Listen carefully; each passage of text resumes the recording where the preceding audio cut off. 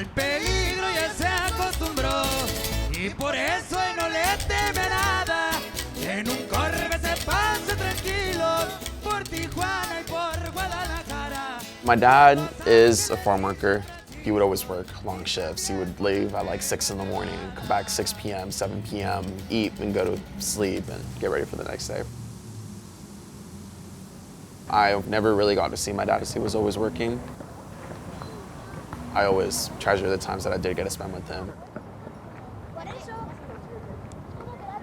When I was a little kid, I would come here all the time. My mom would be grocery shopping at Winco, and my dad and my siblings would just come here. We would just hang out at the park.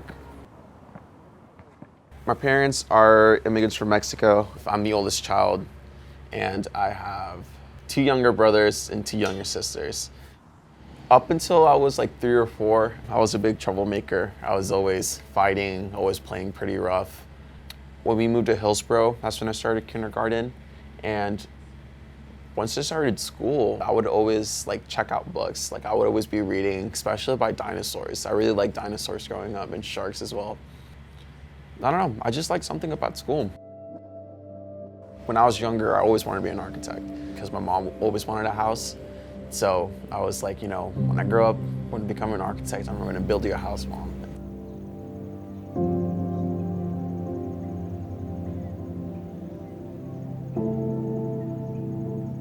My grandfather, my dad's dad, also was a farm worker.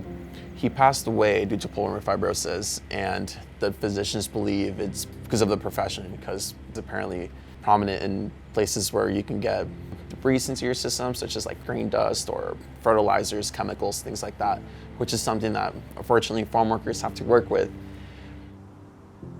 I don't know if it's something that he already knew of before, or if it's something that just happened so rapidly, because he deteriorated pretty rapidly. He just did grade school in Mexico and started working from then. He came over to the US with my dad. My dad also didn't finish school. Like he came over here and started working when he was 14. So even if he did know, I suspect that he just didn't really have the resources to actually know the severity of the disease.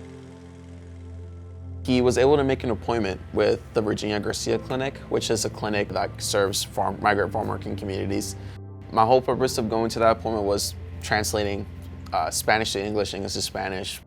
I've also noticed physicians having difficulties trying to communicate in a way that patients understand because of the cultural misconceptions or the cultural sayings and remedies and stuff like that. From that moment, lungs sounded really interesting to me. Healthcare started becoming interesting to me. Public health started becoming really interesting to me. Last year, I was able to shadow Dr. Patel. She's an anesthesiologist. So I was able to observe surgeries, and I was able to observe putting people to sleep, controlling heart rates, controlling breathing. The part that really stood out the most to me was the way that she handled patients when they were really scared, especially this one patient who was honestly crying. They were crying in the OR room because they were just that scared of the surgery, and just seeing her comfort the patient and telling them that everything was going to be fine. And it was just, honestly, I just thought it was amazing.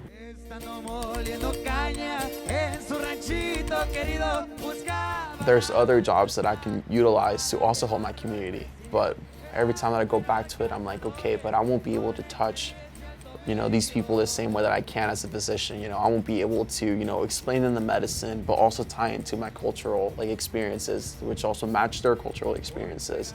The whole beginning of me wanting to be a physician was because, I want a physician that looks like them. I want to be a physician that believes the same thing as them.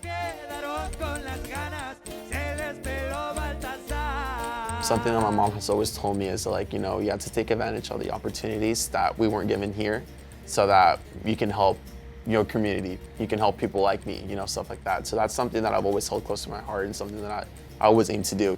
All the volunteer opportunities that I've had and took advantage of is because, I love my community and I want to do something about that.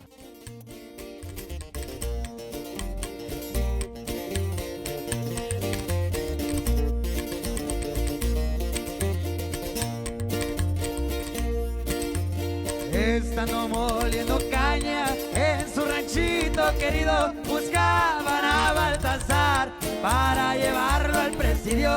eran buenos cazadores con experiencia al tobillo.